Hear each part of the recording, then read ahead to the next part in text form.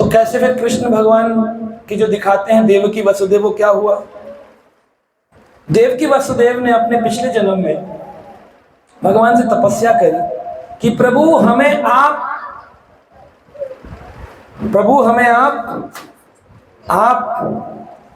का एक स्वरूप पुत्र रूप में चाहिए, आपका स्वरूप, आप हमारे पुत्र रूप में आए।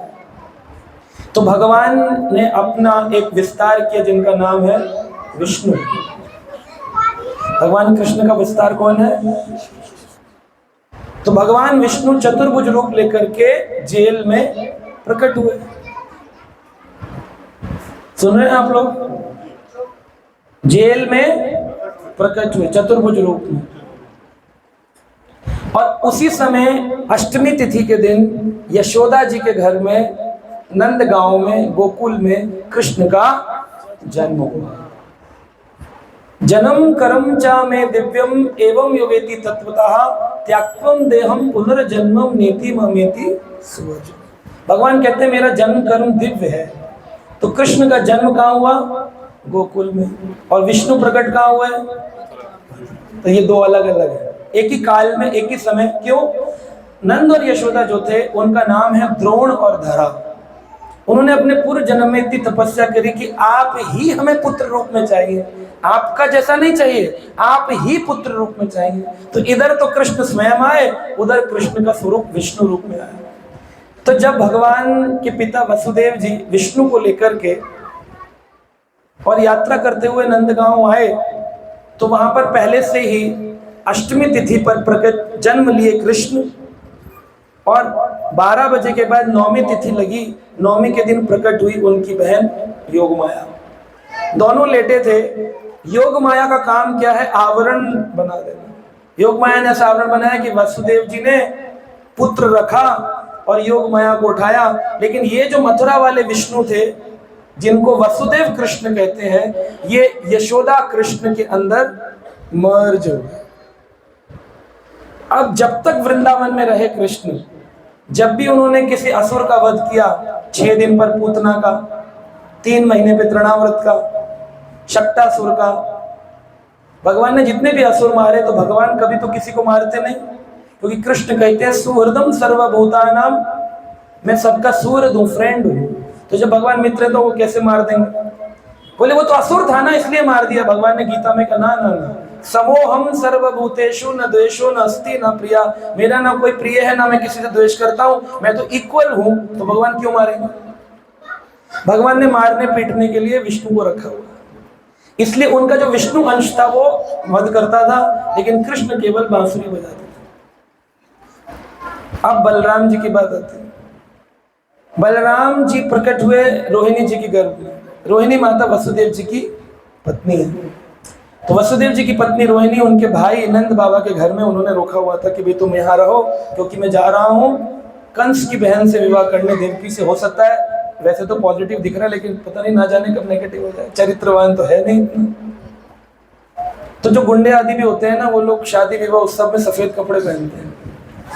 चरित्र कितने भी गंदे हो, लेकिन फेस्टिवल में लोग अच्छे कपड़े पहनकर निकलते हैं। बोले आज 15 अगस्त है, आज दिवाली है, ताकि लोग हमको भी अच्छा माने, सफेद पोश। लेकिन अंदर से चरित्र बड़े काले होते हैं। तो कंस भी बड़ा काले चरित्र का था, लेकिन आज अपनी संसार को दिखाने के लिए, पॉजिटिव पॉइंट बनाने के लिए क्या करते हैं, कई सारे जो चरित्रहीन होते हैं वो उत्सवों के दिन आते हैं। जी जन्माष्टमी की बधाई हो, आप लोगों को बधाई हो। वहाँ पे ज़्यादा पब्लिक मिलती है, ज़्यादा वोट मिलते हैं, तो वहाँ आते हैं। लेकिन उनके चरित्र काले होते हैं, वो कृष्ण से उनका कोई लेना देना नहीं होता। तो कंस भी इसी चरित्र का था। जब बहन को छोड़ने जा रहा था, देवता लोग आपस में बातें कर रहे थे। देवता आपस में बातें कर रहे थे, जैसे आप लोग आपस में बातें करते रहते हैं बीच बीच में। तो देवता भी आपस में बातें कर रहे थे। देवताओं का एक केंद्र जिसका नाम है आकाशवाणी केंद्र, हमारे दिल्ली में भी है, ऑल इंडिया AIR FM। तो ऑल इंडिया रेडियो है, लेकिन उसको कोई कहते हैं आकाशवाणी केंद्र। आकाशवाणी क्यों? जो वाणी आकाश के माध्यम से आती है उसे आकाशवाणी कहते हैं। तो देवता लोग में भी आकाशवाणी, क्योंकि आकाश में देवता रहते हैं। तो देवता आपस में चर्चा कर रहे थे कि ये दुष्ट कंस आज इतना अच्छा कैसे व्यवहार कर रहा है। अगर इसके अच्छे भाव को देख करके कहीं कृष्ण ने अपना आना कैंसिल कर दिया तो सब कुछ गड़बड़ हो जाएगा, क्योंकि हम तो कृष्ण के बाल स्वरूप का दर्शन करना चाह रहे हैं। तो बड़ा स्ट्रेस हो गया देवताओं को। तो वो लोग जब देवकी का विवाह हो रहा था तो माइक ऑन करके स्तुति गान कर रहे थे, गोविंदम आदि पुरुषम, अपना भजन गा रहे थे, कीर्तन कर रहे थे, स्तुति गान कर रहे थे, ओम विष्णु नारायण स्वाहा। ऊपर से देवकी के लिए पुष्प वृष्टि हो रही थी। देवता लोग भी बड़े प्रसन्न थे। देवकी का विवाह, वसुदेव महाराज का विवाह। अब यहाँ पर तो उल्टा हो रहा है, भी कंस कह रहा है मैं देवकी को घर छोड़ने जाऊंगा। तो इतने में ही आपस में बात करते वक्त बटन ऑफ करना भूल गए। तो कह रहे हमने तो सुना था कि भाई देवकी का जो 8वां पुत्र होगा वो कंस के वध का कारण होगा, लेकिन ये तो कंस ही बदल। ये बात जब बटन ऑफ करना भूल गए वो कंस तक पहुंच गया आकाशवाणी। कंस कह रहा है ये क्या हुआ, किसने बोला कि देवकी का 8वां पुत्र? तुरंत उसका चरित्र, किसी व्यक्ति को पता करना हो नेताजी कितने अच्छे हैं तो उनको थोड़ा सा 2-4 लाइनें उल्टी बोल कर देखो। कमांडोज के साथ तो हरे कृष्ण नमस्ते बोल देंगे, लेकिन अगर वो अच्छे नेता होंगे तो वो गुस्सा होने पर भी अच्छे ही बने रहेंगे। लेकिन अगर वो चरित्रहीन होंगे, चरित्रवान नहीं होंगे, तो तुरंत आप उनको बोलिए एक मिनट रुक जाइए नेताजी, जरा अभी यहाँ भगवान का सेवा चल रहा है। तुरंत क्रोध आ जाएगा, यू टर्न मारेंगे, कह रहे हैं यहाँ आना ही नहीं, हमारे लाखों मंदिर पड़े, लाखों स्टेज पड़े, तुरंत गुस्सा आ जाएगा। तो क्रोध में व्यक्ति का असली चरित्र नजर आता। जैसे उसको पता चला मैं मरने वाला हूँ, देवकी के बाल पकड़ लिए, जिसको छोड़ने जा रहा था, लाखों करोड़ रुपए का दहेज लेके जा रहा था, तुरंत बाल पकड़ लिया, तलवार निकाल के कहता है ना बहन रहेगी ना 8वां गर्भ होगा। वासुदेव जी इतने बड़े महान भक्त थे कि वासुदेव जी का जब जन्म हुआ, वासुदेव जी का एक नाम है अनक दुंदुभी। तो वासुदेव जी का जब जन्म हुआ तो अनक दुंदुभी, अनक होते हैं ड्रम्स, डम डम ढोल नगाड़े, उससे अनक कहते हैं। और दुंदुभी, दुंदुभी होती ट्रम्पेट्स। क्या बोलते हैं ट्रम्पेट्स को हिंदी में? शहनाइयाँ। दुंदुभी कहते हैं संस्कृत में, ढोल कहते हैं इंग्लिश में, यानी हिंदी में, ड्रम कहते हैं इंग्लिश में, और संस्कृत में अनक। तो अनक और दुंदुभी बजी थी जब वसुदेव जी का जन्म हुआ। क्यों? बोले वसुदेव वो व्यक्ति है जिसके घर में कृष्ण का अवतरण होगा, इसलिए देवता पहले, मतलब कहाँ वसुदेव जी का जन्म हो रहा है, कहाँ कृष्ण होंगे, कब, वो पहले ही पता है कि कृष्ण होने वाले। इस बात के आनंद में देवता अनेक प्रकार के अनक और दुंदुभी बजा रहे थे, इसलिए उनके जन्म में उनका नाम था अनक दुंदुभी। वसुदेव जी के पुत्र होने के कारण कृष्ण का नाम पड़ा वासुदेव। ओम नमो भगवते वासुदेवाय। कृष्ण और कृष्ण के पिता में फर्क है, वो है वसुदेव और कृष्ण का नाम है वासुदेव। लोग वसुदेव वसुदेव कहते, ओम नमो भगवते वसुदेव, वसुदेव नहीं, ओम नमो भगवते वासुदेव। तो तुरंत चरित्र से वसुदेव जी इतने इंटेलिजेंट थे। वसुदेव जी ने क्या कहा, तुम्हें डर तो पुत्र से है ना, और वो भी 8वें से, तो फिर चिंता क्यों करते हो? 7 पुत्र और बहन के वध के क्यों तुम पाप को अपने सर पर ले रहे हो? तो उसको बात समझ में ही बोली, ये बात तो पॉइंट है, यही महल में रहो, 7 बच्चे पैदा करो, खेलो कूदो, 8वां जब हमको दे देना। तो सब लोग, लेकिन जाने नहीं दूंगा, रहना मेरी दृष्टि के अंदर। तो जैसे कई कैदियों और क्रिमिनल्स को क्या करते हैं, नजर बंद कर देते हैं, हाउस अरेस्ट, जेल में नहीं डाला था, हाउस अरेस्ट किया था अपने महल के अंदर। आज भी वृंदावन के मथुरा में विश्राम घाट से आके जाएंगे, कंस का महल है, जहाँ जन्म स्थान है, जन्मभूमि, वो महल नहीं है, वो जेल है। महल से जेल तो दूर होती थी ना, जेल में तो कैदी रहते, महल दूर था। तो आज भी वसुदेव जी का और कंस का किला जमुना के किनारे अगर बोटिंग करेंगे विश्राम घाट से, तो पूरे किनारे में जैसे काशी में 80 घाट दिखते हैं, ऐसे ही वहाँ पर कंस का किला है, कंस का किला, उसमें कंस रहता था और वहाँ एक अच्छा स्थान बनाया। बलराम जी का जन्म कहाँ हुआ? नंद गांव में, रोहिणी माता के गर्भ में। बोले लेकिन हम तो सुनते हैं कि देवकी माता के गर्भ से 7वें नंबर के पुत्र आए और फिर उनको आकर्षण करके खींचकर देवकी से नंद बाबा की सॉरी वो देव यशोदा जी नहीं, रोहिणी जी के गर्भ में उनको स्थानांतरित किया गया। हम तो ये सुनते हैं, लेकिन अभी हमने ये सुना कि कृष्ण और बलराम तो कभी मथुरा गए ही नहीं। तब कृष्ण का तो समझ में आया कि कृष्ण नंद गांव में थे, लेकिन बलराम, तो जो मूल बलराम है वो रोहिणी के गर्भ में जन्म लिया, और उसी काल में देवकी के घर में बलराम जी का प्रथम विस्तार, जिसको मूल संकर्षण कहते हैं, उन्होंने जन्म लिया। और जब योग माया को कृष्ण ने कहा कि मेरे मूल संकर्षण को देवकी की गर्भ से निकाल करके मेरे स्वयं बलराम स्वरूप में उसको मर्ज कर दो, तो मूल संकर्षण को निकालने के कारण संकर्षण इति ही करता, इसलिए भगवान बलराम का एक नाम था संकर्षण। मिक्स हो गए बलराम और मूल संकर्षण। अब जब बलराम और मूल संकर्षण मिक्स हो गए, तो बलराम जी ने जैसे प्रलंबासुर का वध किया, तो बलराम जी नहीं करते, क्योंकि बलराम जी तो व्रजवासी हैं, व्रजवासी किसी का वध नहीं करते। मूल संकर्षण ने वध किया, जैसे कृष्ण के अंदर नंद नंदन कृष्ण कोई वध नहीं करते थे, वासुदेव नंदन कृष्ण वध करते थे, ऐसे ही मूल संकर्षण वध करते हैं, बलराम जी किसी का वध नहीं। वृंदावन में कृष्ण और बलराम का अद्भुत चरित्र है। कृष्ण ने कभी भी चक्र और धनुष को धारण नहीं किया, क्योंकि कृष्ण, बलराम जी ने कभी हल और मूसल को वृंदावन में धारण नहीं किया। बोलते हैं ना, नमस्ते मूसल आयुधा, नमस्ते हलधरा, हाँ बोलते हैं इतना सारा, नमस्ते धरणी धारा। भगवान बलराम जी के अनेक अनेक नाम में से मूसल आयुध, हलधर भगवान का नाम है। लेकिन बलराम जी ने प्रलंबासुर का जब वध किया, तो उसके आगे एक सींग था, उसको तोड़ लिया था, और तोड़ करके उसको बजाते थे हॉर्न, जिसे सिंहार कहते हैं ना। कभी कभी आप देखते हैं श्रृंगार में बलराम जी कमर पर एक सींग लगा रहता है, तो वो सींग प्रलंबासुर का और वो बलराम जी का है। और हल और मूसल मूल संकर्षण का है, बलराम जी का नहीं, क्योंकि बलराम जी तो व्रजवासी हैं, वो हल रखेंगे, मारपीट करते नहीं बलराम, न कृष्ण करते हैं। ये व्रजवासी हैं, व्रज का आनंद लेते हैं।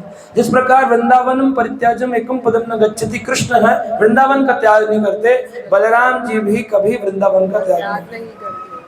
और कृष्ण बलराम जब वृंदावन से अक्रूर जी लेकर के चले गए, तो कृष्ण का जो मूल स्वरूप है विष्णु, जो आए थे मथुरा से, वही विष्णु वापस चले गए। और जिस तरह मूल संकर्षण आए थे, उसी प्रकार अक्रूर जी मूल संकर्षण को ले गए, लेकिन कृष्ण बलराम ने कभी वृंदावन का त्याग। बोलो कृष्ण बलराम की। तो कृष्ण बलराम है माधुर्य रस प्रेमी। भगवान कृष्ण का एक नाम है सच्चिदानंद विग्रह, सच्चित और आनंद। सत का मतलब क्या है? हाँ जी, सत का मतलब क्या है? सच्चाई। वो सत्य होता है, सत नहीं। सत्य और सत्य में फर्क है, शब्दों को ध्यान से सुनिए। सत्य और सत्य, सच्चित आनंद। सत्य क्या है?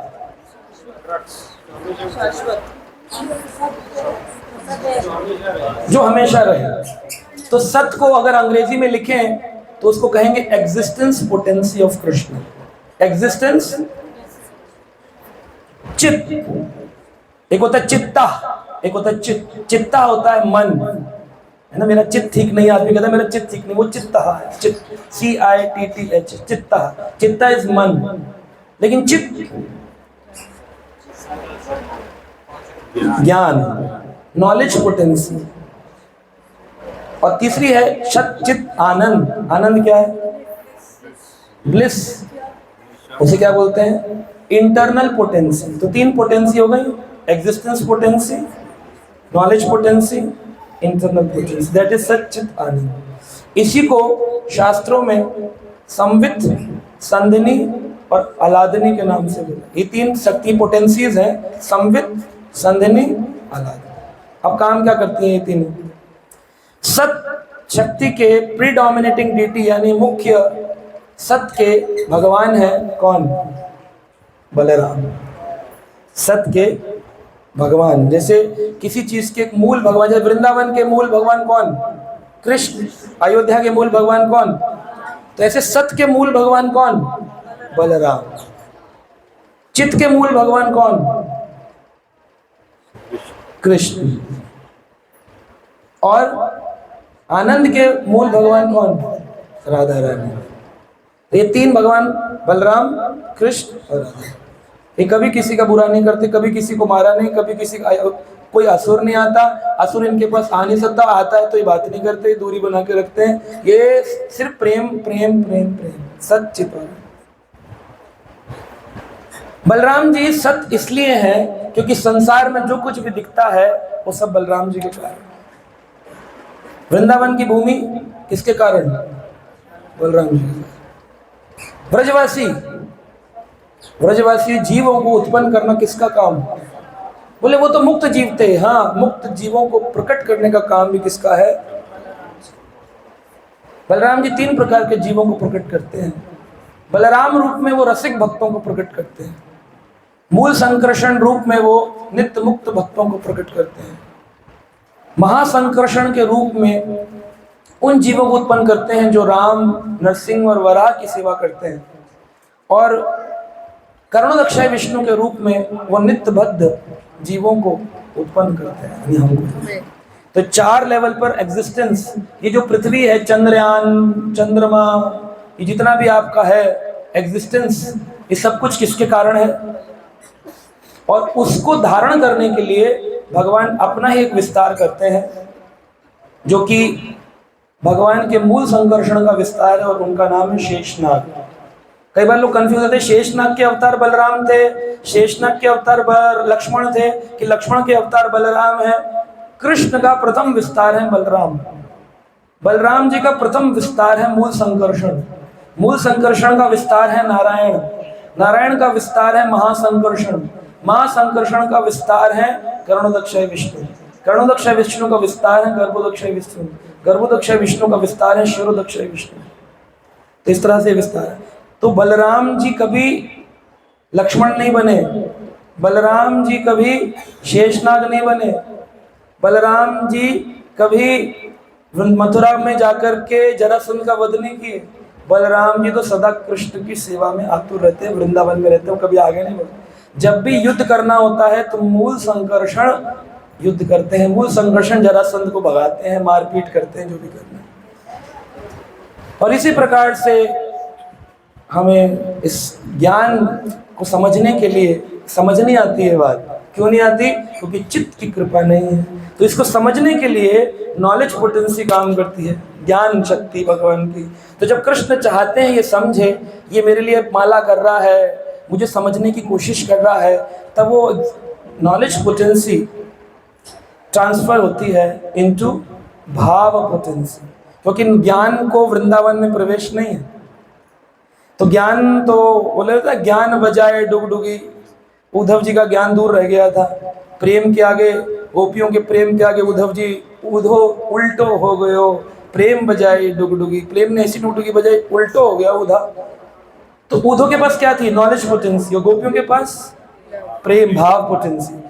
तो कृष्ण पहले नॉलेज देंगे, और नॉलेज के बाद अगर अपने सच में गुरु के प्रति, शिक्षा गुरु के प्रति, दीक्षा गुरु के प्रति, शास्त्रों के प्रति, वैष्णव के प्रति सेवा भाव प्रेम होगा, तो ये नॉलेज भाव में ट्रांसफॉर्म होती है। शुरुआत में दास भाव, साख्य भाव, फिर उसके बाद जिस जिस प्रकार से सेवा भाव आते हैं, साख्य, माधुर्य, वात्सल्य, तो इन सभी भावों के मूल स्रोत स्वयं कृष्ण है। और जब भाव आता है, लेकिन भाव में कभी कभी विकार उत्पन्न होते हैं, लेकिन आनंद नहीं होता, तब राधा रानी उस व्यक्ति को आनंद प्रदान करती कि इतने भावावेश में आ गया है।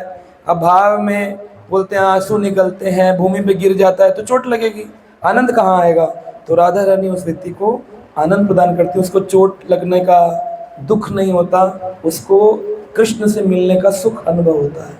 जैसे गोपियों के मर जाने पर उनको दुख नहीं होता, संसार के लोग मरने पर हाय हाय हाय हाय, लेकिन गोपियाँ खुश होती हैं, अरे भौतिक शरीर छोड़ गया, अब कृष्ण से मिलन होगा, अब कृष्ण से मिलना होगा, अब हमें कोई रोक टोक नहीं होगी। ये भाव, ये आनंद अनुभव कराती हैं। जपमाला की एग्जिस्टेंस कौन है? बलराम। जपमाला ही भगवान है, ज्ञान कौन देते हैं? कृष्ण। लेकिन जपमाला का आनंद कौन देंगी? राधा। तो ये है सच्चिदानंद विग्रह भगवान का। तो इसीलिए चित्त कृष्ण बीच में है, सत्य बलराम और आनंद राधा रानी, दोनों उनके लेफ्ट एंड राइट पार्ट्स हैं। कृष्ण मूल बीच में, लेफ्ट में राधा रानी आनंद शक्ति और राइट में सत शक्ति बलराम। बलराम जी राइट साइड से प्रकट हुए और लेफ्ट से राधा रानी, इसलिए वाम भागी है उनकी। और राधा रानी भी आदि गुरु हैं और बलराम भी आदि गुरु हैं, क्योंकि दोनों ही सिखाते हैं कृष्ण को संतुष्ट कैसे करें। तो ये इस जन्माष्टमी पे हम प्रकट अष्टमी नहीं बनाते हैं, हम क्या बनाते हैं? तो इसी भाव से कि आज हमारे कृष्ण का क्या हुआ है? जन्म हुआ है, जन्म हुआ है। भागवत में आता है कि यशोदा माई का जब प्रसूति गृह में जन्म हो रहा है कृष्ण का, तो उनकी नाल जैसे एक माँ की बच्चे से जुड़ी होती है, अम्बिलिकल कॉर्ड, वह जुड़ी है और उनका जात कर्म संस्कार हुआ है, उस अम्बिलिकल कॉर्ड को काटा गया है और फिर कृष्ण नंद के आनंद हुआ है। लेकिन अगर गर्भ में कृष्ण थे तो क्या कृष्ण को भी गर्भ में 9 महीने के लिए आना पड़ता है जैसे हमको आना पड़ता है? बोले नहीं, जन्म कर्म चा में दिव्य, मेरा जन्म दिव्य है। नाल भी जुड़ी है, लेकिन नाल जुड़ी होने के बाद भी गर्भ से नहीं आए हैं। जैसे ही यशोदा माई को ये लगा उनके गर्भ में कुछ है, तो उस समय उनके गर्भ में भगवान की वायु ने उनके गर्भ को घेर लिया। भगवान ने कहा वायु जाओ गर्भ को घेर लो। 9 महीने तक गर्भ को वायु ने घेर के रखा। और बलराम जी के रोहिणी मैया ने 14 महीने के लिए, बलराम जी कितने महीने रहे? 14 महीने के लिए रोहिणी के गर्भ में हवा रही, वायु। और जैसे ही जन्म दिवस आया तो तुरंत उनके गर्भ में जन्म के समय आए और भगवान बाहर जन्म लिए। नाल जुड़ी है, लेकिन ऐसा नहीं है कि खून पीप से निकल कर आए हैं, दिव्य स्वरूप के साथ में कृष्ण और बलराम का जन्म है। तो इसीलिए बलराम जी का जन्म बलराम पूर्णिमा को बनाते हैं और कृष्ण का जन्म अष्टमी। तो कई भक्त पूछ रहे थे कि भाई हमने तो सुना था हल छठ, हल यानी हलधर और छठ यानी छठा दिन। हल छठ होती है अष्टमी से 2 दिन पहले और वो बलराम जी का जन्मदिन है। तो कई सारे मैसेजेस आ रहे थे। तो हल छठ है, पूर्णिमाशी को जन्म हुआ और हल छठ यानी छठी बनाई गई, छठा दिन। ऐसी अष्टमी तिथि को कृष्ण का जन्म हुआ और उसके 6 दिन बाद छठी बनाई गई कृष्ण की। तो लोग छठी को जन्म उत्सव कहते हैं, छठी को जन्म नहीं होता है, छठी को छठा दिन होता है, 6th डे। तो इस प्रकार से बलराम जी का जन्म पूर्णमासी को हुआ और कृष्ण का जन्म अष्टमी तिथि को हुआ रात्रि काल के 12 बजे। और उनकी बहन योग माया का प्रकट हुआ 12:01 पर। 9वीं तिथि जब लगी तब योग माया का प्रकट हुआ। योग माया को लेकर के जब आए, जब जा रहे थे वसुदेव जी तो बेड़ियां थी, लेकिन ऑटोमेटिकली जब विष्णु आए, उनको पता है कि मुझे अपने कृष्ण तत्व की सेवा करनी है। तत्व से तो समान ही है ना, कृष्ण विष्णु में कोई भेद नहीं है, लेकिन रस भिन्न है। विष्णु ऐश्वर्य के देवता हैं और कृष्ण माधुर्य के देवता हैं। तो रस आचार से भिन्न है, वह तत्व आचार से समान है। तो विष्णु जी जब आए वसुदेव जी के पास तो टोकरी कहाँ थी? कौन सा कंस फ्रूट भिजवाता था कि फ्रूट भेजता था, देवकी वसुदेव फ्रूट खाते थे तो टोकरी थी, उस टोकरी में रख के ले गए। वो तो महल में रहते थे ना। तो नारद जी आए एक दिन, नारद जी कहते हैं अरे कंस तुम भी कैसे पागल कर, क्यों? गुलाब ले रखा था हाथ में, एक पंखड़ी तोड़ी, दूसरी तोड़ी, तीसरी तोड़ी, चौथी तोड़ी। तो बोला समझे? कंस कहता क्या समझना है इसमें, तो गुलाब ऐसे तोड़ रहे हैं महाराज आप। नारद जी कहते हैं कंस तो मूर्ख के मूर्ख रहे, अभी भी नहीं समझे। बोले क्या? बोले कौन सी पंखड़ी पहली है बता सकते हो? कह रहा ये तो मैं नहीं बता सकता। बोले उसी प्रकार से तुमको कैसे पता कि 8वां पुत्र पहले नंबर पे आएगा कि 8वें नंबर पे आएगा? उसका दिमाग सुन के बोले ये बात तो आपने नारद जी बिल्कुल सही बताई है, आप सच में साधु हैं। सिपाहियों को बुलाकर जेल में डलवा दिया। बोला पहले पुत्र से ही मैं मारना शुरू कर दूं और 8वें पुत्र को मारूंगा तब जाकर के इनको छोड़ूंगा। तो उसने मारना प्रारंभ किया। तब बेड़ी थी, लेकिन वो बेड़ी ऑटोमेटिकली खुल गई कृष्ण के आते ही। और जब लौट कर के आए योग माया को लेकर, तो माया के आते ही क्या हुआ? बेड़ियां। तो जब तक हम इस संसार में कृष्ण सेवा में हैं तो हमारे बंधन की बेड़ियां खुल जाएंगी, और वही हम संसार से माया में रहेंगे तो बेड़ियां हमारे संसार को छोड़ेंगी नहीं, में और गहराई से पकड़ लेंगी।